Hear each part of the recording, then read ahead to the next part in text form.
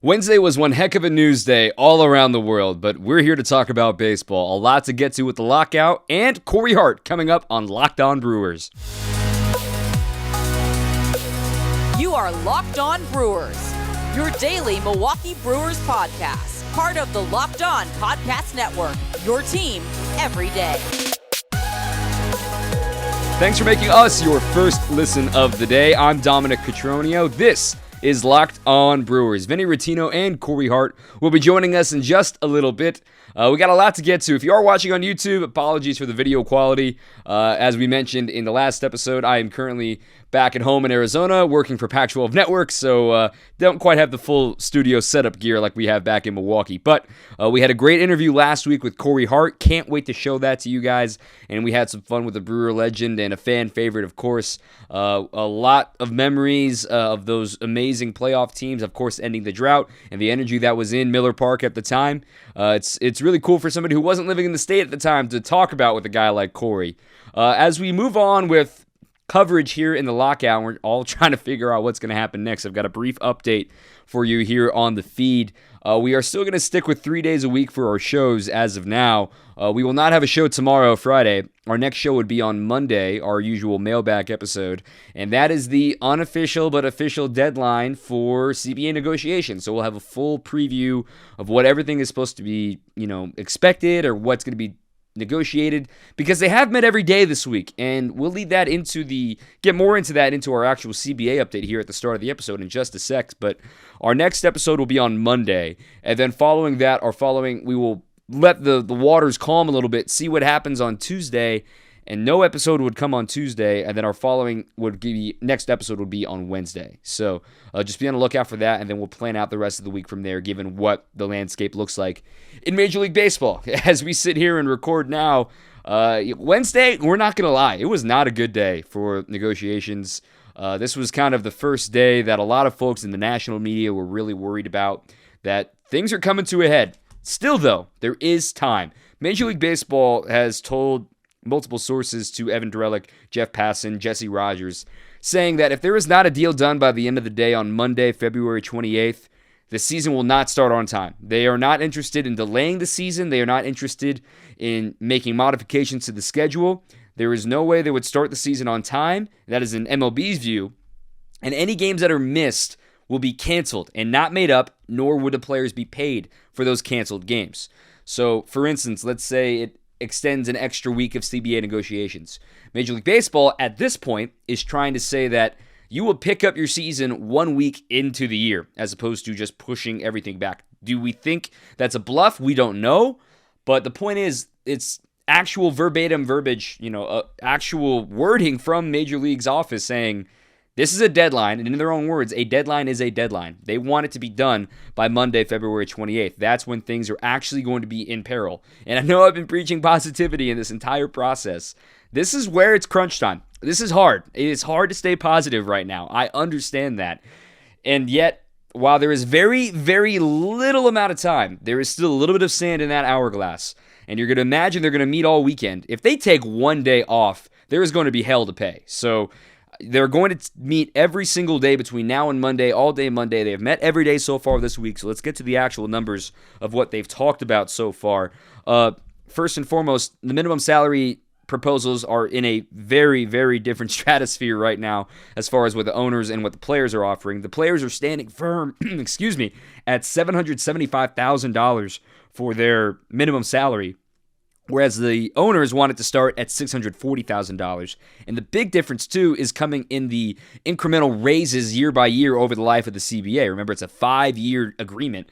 And the owners wanted to increase by only $10,000 every year for over 5 years, while the players wanted to increase by $30,000 every year over 5 years. So, just when you look at it, the maximum at the end of the CBA and the owner's deal would be $690,000 for the minimum salary, whereas the players, they want it to start at $775,000. So they are still a long ways away in that category. The bonus pool remains an entire ocean apart for pre-arbitration eligible players. The players want it to be $115 million. The owners are at $20 million. Again, they have differences in how many players they feel should be eligible for that pool, but still, the total amount of money is a giant canyon between the two. Also, Super 2 eligibility. The owners have made it clear they're not going to move the percentage of players that are eligible for Super 2. As it previously is in the CBA, it's the 22%, the highest 22% of service time members that are eligible for Super 2 arbitration. Remember, earlier in the lockout, the players were trying to negotiate to make everybody get an extra year of arbitration, to make it essentially 4 years, eliminating 1 year of pre-arb. And they're kind of camouflaging that here. They're trying to make it 75% of the top service time players are eligible for Super 2, which, again, a 50% difference almost, or more than that, between the two sides is not great. Also, draft lottery. Originally, the owners were offering 3 picks. Now they're offering 4. Originally, the players were offering 8 picks, and they're now offering 7. So they're 3 picks apart there. And finally, the competitive balance tax, which is arguably the most, I would say, volatile or absolute hate involved with it, because the players feel that it functions like a salary cap. The owners say it helps competitive balance, but ever since 2010, this was numbers written by Jeff Passan, every single World Series winner has been in the top 11 in payroll. So the competitive balance tax hasn't been working as it's been intended. But basically, for the first year of this CBA, the players are proposing the competitive balance tax to be at $245 million, whereas the owners want it to be at $214 million. And not only that, they want it to be at $214 million for this year and next year, not even moving up year over year, even though revenues have been increasing much faster and much larger than what league salaries have been increasing, which is where the revenue sharing comes in, which we don't have hard numbers on. But I mean, you look at that, that's a $31 million difference. And then by the end of the CBA, because this tax is supposed to increase by every year, it's a difference of $51 million. Look, I know I've been positive this whole time. This is tough, man. This is really, really tough to hear that they're very far apart and Major League Baseball is canceling games. We are in dire straits, to say the least. This weekend is going to be very, very interesting for the future of our sport. Jeff Passan made a really good point on, pardon the interruption, the other day on ESPN, saying, look, this isn't 1994 anymore, where, maybe live sports and going to the movies were your only forms of entertainment. There are a lot of eyes, or a lot of things trying to attract your eyes these days. People that leave baseball may never come back. So if baseball messes this up over the weekend, we're all going to be really frustrated. But I'm still going to be positive. I'm still going to believe they can figure this out. And I really want to see opening day baseball on March 31st at American Family Field. All right? I'm trying, man. I'm trying. Now, on a brighter note, we got to talk to Corey Hart. I mean, he's awesome. So fun to talk to Corey, talking about those teams. Before we tell you and get over to Corey, of course, talking about Built Bar, of course, with here at the end of February. I've got a Built Bar in my bag when I do these games on Pac-12 Network. Amazing flavors. The calories, only 130. Only 4 grams of sugar, 4 net carbs, 17 grams of protein, 100% real chocolate, and they've also got those awesome puffs as well. It's like a marshmallow with protein infused into it. You've got cinnamon churro, coconut marshmallow, and banana cream pie just for the puffs. As far as the bars go, you got mint brownie, coconut almond, and this month you got white chocolate cookies and cream. It's a candy bar, but it's a protein bar. It's good for you. At Built Bar, they're all about taste. They make it taste delicious first, and then figure out how to make it healthy. Look, they make it work, and it's an amazing, amazing feat of what they do in those kitchens. Go to Built.com, use our promo code LOCKED15. That's LOCKED15 at Built.com, and you're going to get 15% off your order. All right, y'all, let's get to the interview. Corey Hart, my FP, my favorite player on the show. Appreciate you coming on, Corey. Look, long Major League career. I mean, what an incredible career. 14 and a half WAR. And I know you're a stat guy too, so you were you had a really, really good career. That 14 wins above replacement on a long career. But what have you been up to since 2015? You got done playing. So what have you been up to? As soon as I stopped playing, I started coaching baseball. So we talked earlier. My kid's a junior, so I started coaching him when he was like 10. So, I mean, I've had a lot of the same kids since that time. So between high school stuff and club stuff, I got most of the same kids. So I'm usually busy with those guys. And like I said earlier, my daughter's in the rodeo, so I'm usually either at the barn or the field. That's great. And as far as the kids you're coaching, has it clicked yet? Like, hey, he knows a thing or two because he's seen a thing or two, played in the big leagues. Have those moments come out at all? Not at all. They have no idea, do they? No, I mean, they do, but for the most part, I took over those kids when they were like 10, so they think, they just see me as my kid's dad. So I'm Matthew's dad. So I'm sure they think I'm full of crap, just like every other kid thinks their friend's dad is.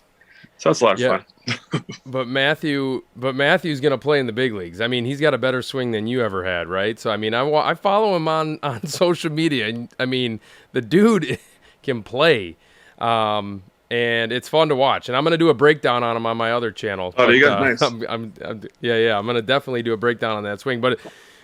Really, really impressive player. Yeah, I mean, can you break him down? Break him down for us real quick. So he's 17. So his problem is so he was a late guy, so he didn't go through puberty till like almost sophomore year. So he's still kind of growing into his body, which is kind of funny because he's like 6'2", 195 pounds. So he's interesting because he's got terrible vision.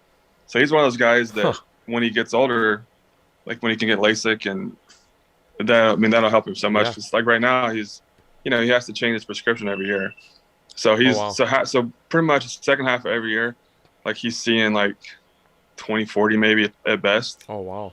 So right now, he's that guy he's either gonna go 7 for 8 with like 6 extra base hits, or 1 for 8, a homer, and 7 strikeouts. Just because he doesn't see great. So that's one of those things where if it's a tough visuals, it's a kind of a nightmare situation for him. But then I'll just pitch him and he'll be happy because he pitched well. That works. As a kid who goes through a lot of vision, yes, I know the feeling. That's when I'm going to blame my lack of a baseball career. No, it's tough because, I mean, he competes at a super high level. Mm-hmm. And, we're facing, guys that are already legit like college pitchers at the high school level. And so he doesn't get really a freebie very often. So it's challenging, but he does well. I mean, he doesn't complain. He goes out there and he's a lot of all tournament guys. Hey, it's all good. You gotta get it somewhere, and if you want to face the best, you got to beat the best. So it's a great story. And for you though, let's talk about you. I mean, you were on some legendary Brewers teams, man. 2008 is obviously the first one that comes to mind. You had an epic year. What was the buzz like every time you guys walked into the ballpark that year, especially in the second half when things really got going? Well, 08 was it was kind of a preview from the year before, right? So 07, we were leading the division or right there in the wild card, and pretty much until the last week of the season. So there was a lot of buzz, and we were pretty confident, and we all kind of felt like the experience kind of got away from us. But 08, I mean, we just felt like it was our division. I don't think we won it because the Cubs kind of took off, but I mean, we won 90 games maybe. And I mean, the hardest thing with us was trying to deal with when Ned got fired. But, Vinny was probably – were you there, Vinny, at all? I was there on the bench watching, yes. It was quite the experience. But, but like you're playing with your friends. Like we had a bunch of guys that we in our league. So it was – for the most part, it was just more of getting past the year before and then just trying to figure out how to – actually get there. But when you do it with guys that you're comfortable with, it wasn't that challenging. It was more of a challenge once we actually got there. Yeah, and obviously having like a guy like CC Sabathia join the team that year, right, and kind of put the team on his back. I mean, that was something to behold, really. I mean, he was pitching on 3 days rest, dude, and he wanted the ball. I mean, tell us about that a little bit. Well, it's crazy because I mean, you've been around baseball forever, and I'm around it consistently. Like even watching these 16, 17-year-old, 18-year-old kids that I coach and play with, like, I'm around all the time. Like they can't take the ball every 3 days, and they're fresh as can be. You got CC, who's just a monster. And I don't understand how he did it. I mean, trying to figure out how he bounced back like that consistently. He did it for 5 straight weeks. I mean, it was something. It was pretty. And he's jeopardizing his career, really, is what he was doing right before he became a free agent too. Yeah, he was pretty much going to be the big free agent that offseason, and still he wanted the baseball every day. So I mean, he was one of those guys that people talk about, like great teammates and guys that don't necessarily look at the money first. And he was the guy that just at the moment he cared, but he cared more about getting us to the playoffs than he did about his next contract, which was kind of cool to see from a star like that. And those teams, obviously, you got CC, you've got Braun, Weeks. I mean, the list goes on. Giovanni, of guys. How much are you able to keep in touch with some of those teammates, whether it was 08, 09, 10, whatever season it may have been? Yeah, it's pretty tough. I mean, Vinny knows. Like, baseball's kind of like that reunion type thing where you guys are you're together so often, and we're together more than we are with our families for that period of time. And once you get away from it, it's kind of strange. You just it's almost like it didn't happen, but then you get back together and it's like it never, you've never lost touch. So it's that's one of those things. I don't see a lot of guys. I see JJ Hardy pretty much more than anybody, but outside of fantasy camp, I talk to like Prince and Ricky through text and, Vinny once in a while. And then a few guys that, Sheets, guys that are connected with like high school baseball and club baseball. I'll run across like Gabe Gross and like R.A. Dickey sometimes just through the youth stuff, but not a ton of stuff, guys that I've played with. But again, once things come up, we reach out once in a while and just kind of keep track that way. But like Vinny, social media is kind of a thing that kind of takes over. You kind of keep track of the kids that way and friends' kids and keep you up to date until things you have to see each other. Well, the joke around baseball is like at the end of the season, everyone says, hey, now we get to pick our own friends, right? So like you're kind of forced to be friends with each other for 180 days, and then you can leave and never see them again until the next season. Yeah, but it's or ever again. Ever, yeah. But again, like, you can go 10 years without seeing a guy you play with that you were friends with, and then all of a sudden it's like, and you never were apart. Everything kind of catches up really quick. So baseball is pretty cool in that aspect. I mean, I guess it would be nice to catch up more with guys, but everybody's so spread out and everybody has families. It kind of becomes tough. Well, you mentioned fantasy camp. Sure. In the last couple of years, obviously, we've been handed a curveball with not being able to have it. But for folks who are maybe on the fence about it or have never done it, what can they expect from appearances from guys like you, Yount, whomever it may be, showing up? What's it like from your end and for what they should be expecting for fantasy camp? Well, I love it. I mean, I couldn't imagine being like a fan of a team, especially a big enough fan where you're going to spend money to go play, where the big league guys play. It's so cool. I mean, my thing is I don't get a lot of adult contact. I'm usually with kids or the high school age area, or just friends of my kids. So I don't get that baseball talk as much as I want to. So to me, it's fun just to kind of like get a week of being a player again. Because I don't miss necessarily playing as much as I miss hanging out with guys and just kind of basically talk, just talking baseball and kind of just being in the clubhouse and kind of messing around that way. So that's fun for me. And I think the guys that come kind of see that and kind of get to interact with guys. So it'd be kind of cool if you're a fan of Brewers or anybody to go to a camp like that and be around the players. How fun has Corey been so far? He's just a great baseball mind. Vinny and him can go on for days and days and days. Before we move on, I want to tell you about BetOnline. Football season's over. Basketball season's going absolutely bonkers right now. We've got so much more happening next month on BetOnline. For all the latest odds, totals, player performance props, and where the next fired coach is going to land, BetOnline.net is the #1 spot for all your sports betting needs. BetOnline remains the best spot as well for your sports scores, podcasts, and news this season. Not just basketball, of course. They've got hockey, boxing, and UFC odds right there on your mobile device or on their desktop website as well. You can use it. It's so easy to use. Find out all the trends and all the action at BetOnline, where the game starts. All right, let's get back to Corey.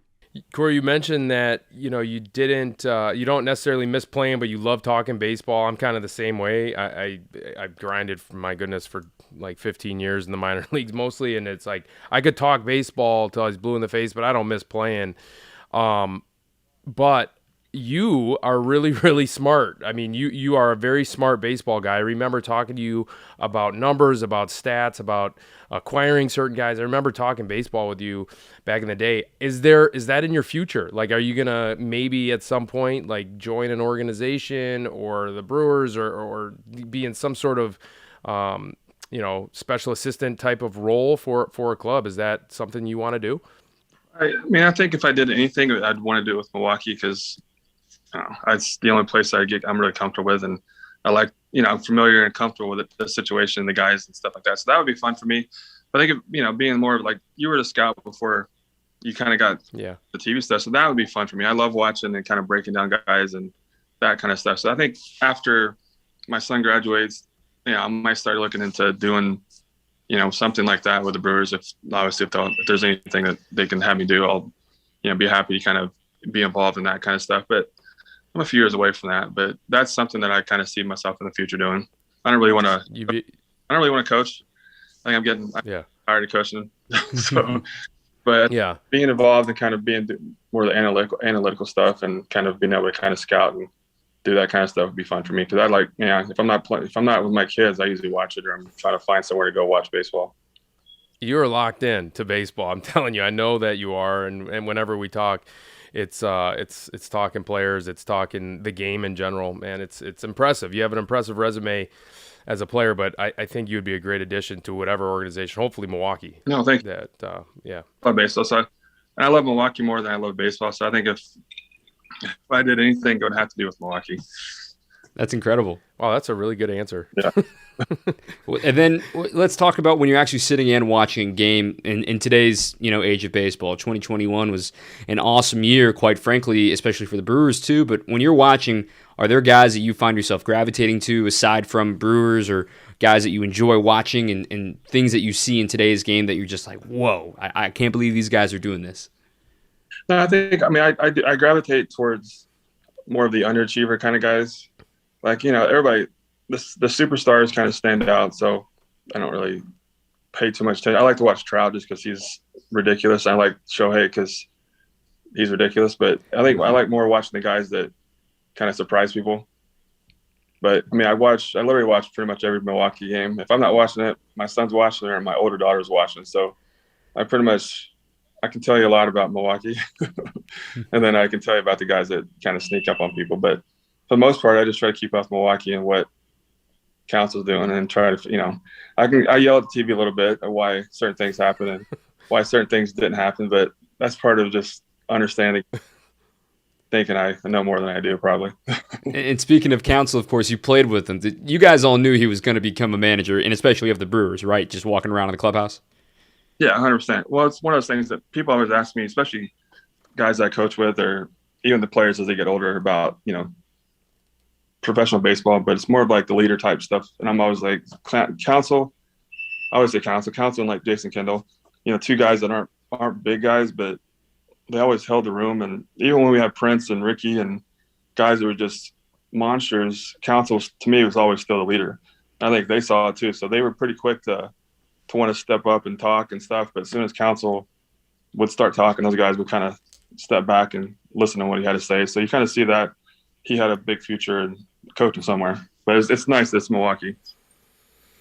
Yeah, I mean, he's the best manager in baseball, I got to believe. I mean, the things that he can kind of connect everybody because he's been there, done that as a player, and recently too, right? So, I mean, he's just got a way about him. So, yeah, Milwaukee's really, really lucky, obviously. You mentioned that you root for the underdog. So what people don't – I don't know if everybody understands. Corey was an 11th round pick out of Kentucky, out of high school. How did you last till the 11th round?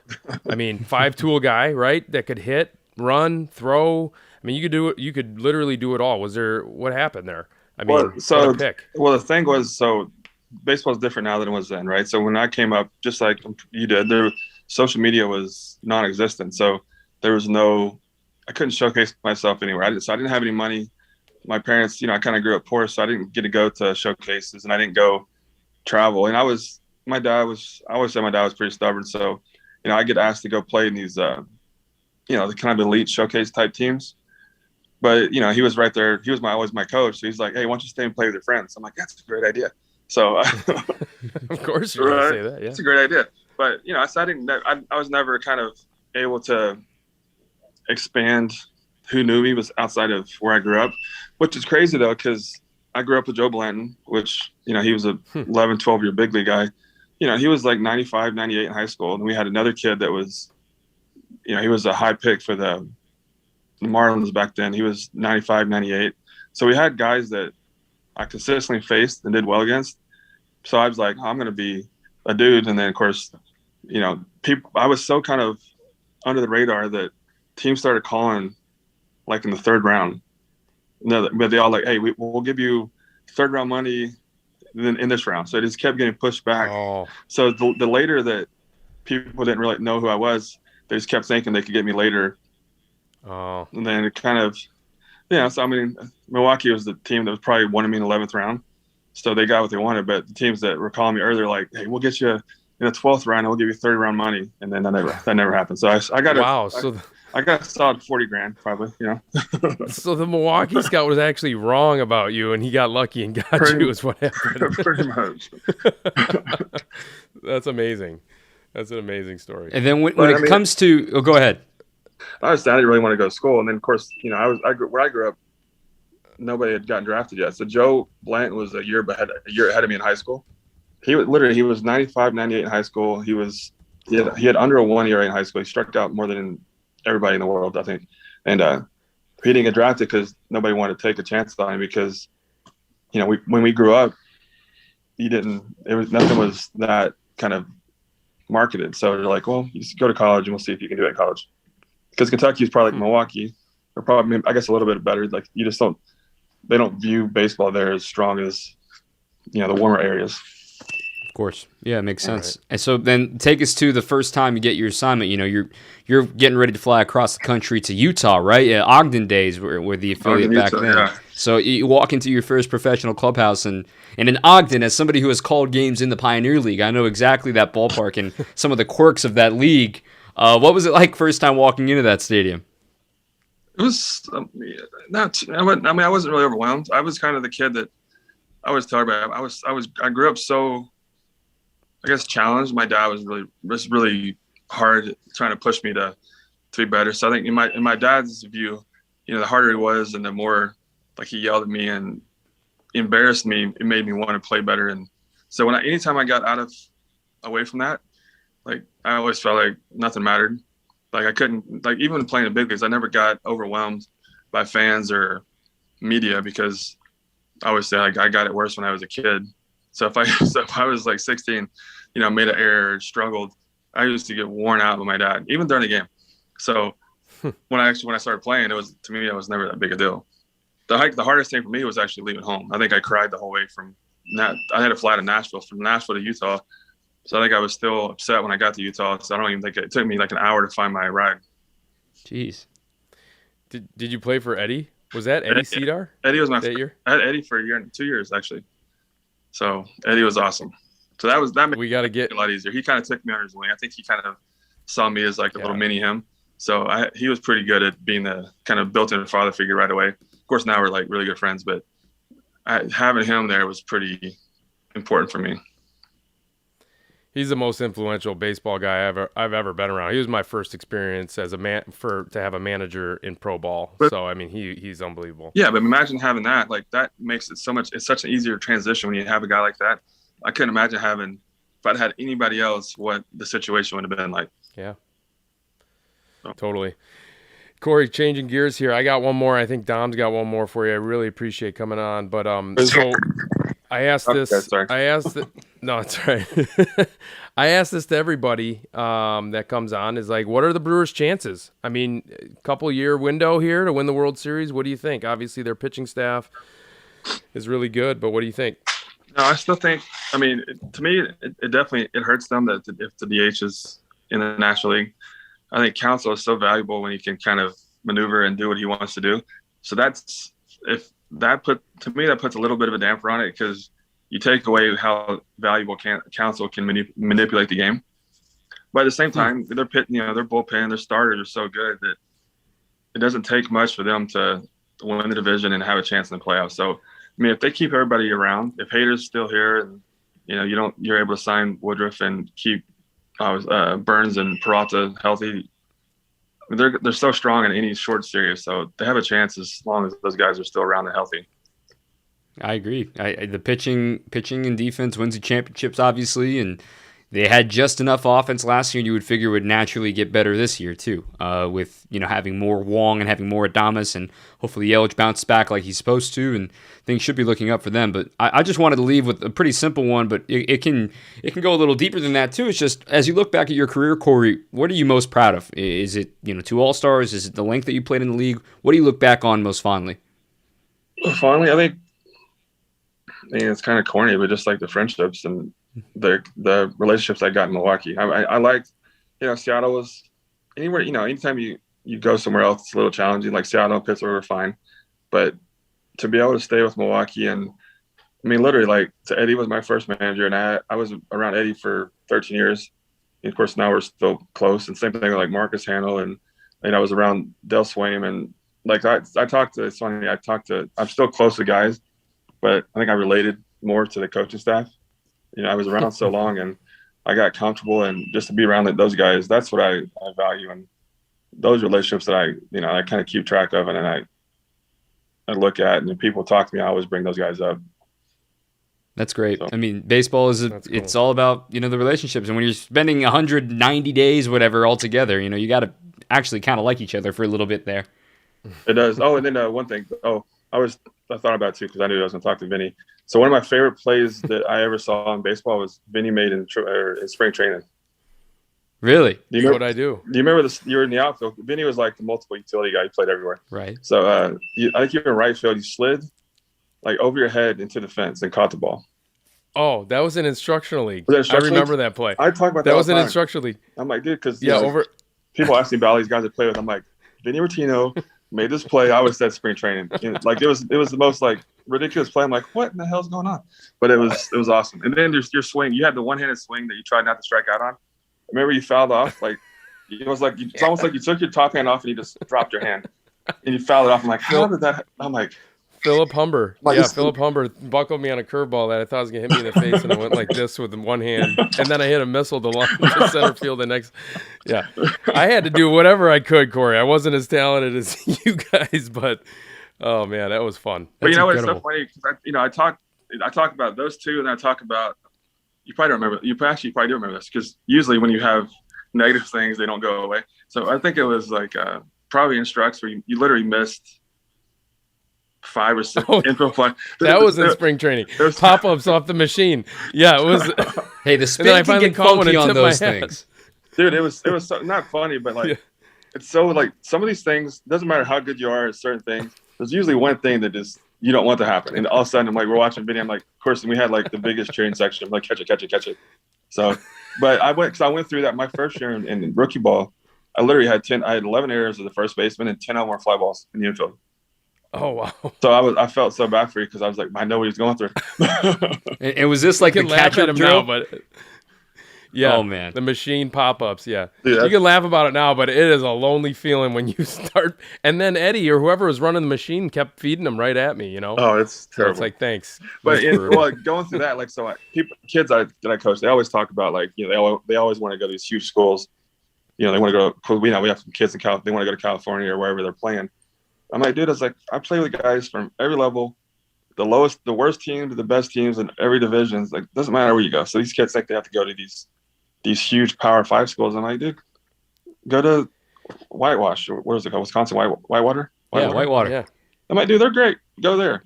Or, wherever. There's actually a lot of good baseball in Wisconsin, especially like D3 schools are super good there. So I tell people to go anywhere. But you just got to go play is what you got to do, right? You can't sit on the bench. Go play. I was like, don't go somewhere where you might play a few innings your whole time you're there. Go somewhere you can get on the field and get better. So, absolutely. It's great advice from a guy that's, spent 11 years in the show. I think you know what you're talking about, Corey. Yeah, sometimes. Hey, let's go sometimes.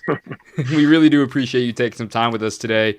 We know you got a lot of coaching to do, and hopefully we'll be watching some baseball together soon enough, all right? All right, man. I appreciate it, guys. Thanks for having me. You are Locked On Brewers, your daily Milwaukee Brewers podcast, part of the Locked On Podcast Network, your team every day.